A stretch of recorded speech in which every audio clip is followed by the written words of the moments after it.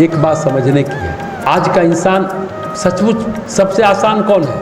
सबसे आसान हमको लगता है 3 आदमी को सब गाली देता है, चार कहीं, एक भगवान को, एक गुरु को, एक माँ को, एक पत्नी को। सबसे आसान है, सबसे आसान है इन चारों को। गुरु को भी छोड़ता नहीं है, भगवान को तो नहीं ही छोड़ता है, पत्नी और माँ की क्या हो खाते भाई।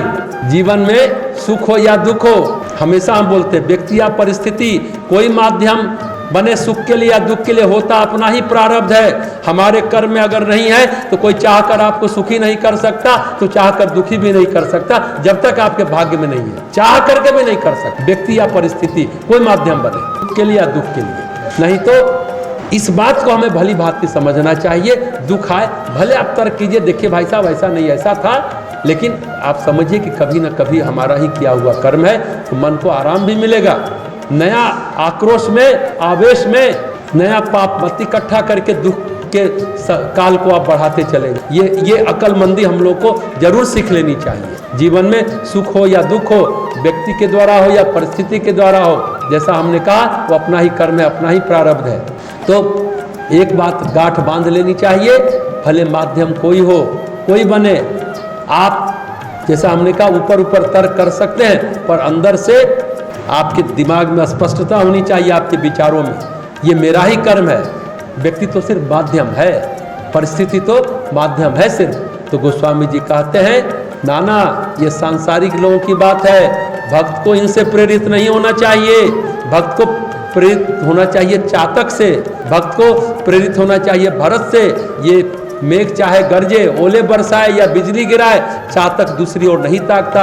भगवान प्रेम करे न करे, हम तो अपना प्रेम कर रहे हैं। कहे ना प्रेम 2 वे ट्रैफिक होता है, थोड़ा हम चले थोड़ा वो चला, थोड़ा हमने दिया थोड़ा वो दिया। लेकिन भक्ति जो है 1 वे ट्रैफिक है। भक्त देता रहता है, अहर्निश देता रहता है। सुबह दूं शाम दूं, तुझे 8 याम दूं। हम परसों भी इस बात को कह रहे थे। तो तुलसीदास जी कहते हैं मेघ वज्र गिराता है, ओले भी बरसाता है, करक करक कर वर्षा की झड़ी लगाता है, आंधी के झकोरे देकर अपना बड़ा भारी रोष प्रकट करता है मेघ। परंतु चातक को अपने प्रियतम का रोष देखकर क्रोध नहीं होता, उसे दोष नहीं दिखता, बल्कि इसमें भी वो अपने प्रति मेघ का अनुराग देखकर उस पर रीझ जाता है। मतलब सच्चा प्रेमी कौन है? सच्चा प्रेमी की परिभाषा अगर क्या देंगे? जिसका प्रेमी खींचे तब भी वो उस पर रीझे, जिसका प्रेमी खींचे तब भी वो उस पर रीझे। यह है सच्चा प्रेमी। प्रेमी खींचा हुआ है और उससे प्रेम करने वाला उस पर रिझा हुआ है, पसीझा हुआ है। यह है सच्चा प्रेमी चातक का। हमेशा अपने प्रेमी में गुण ही गुण देखता है, जिसको कहते हैं रूप, सौंदर्य, आकर्षण।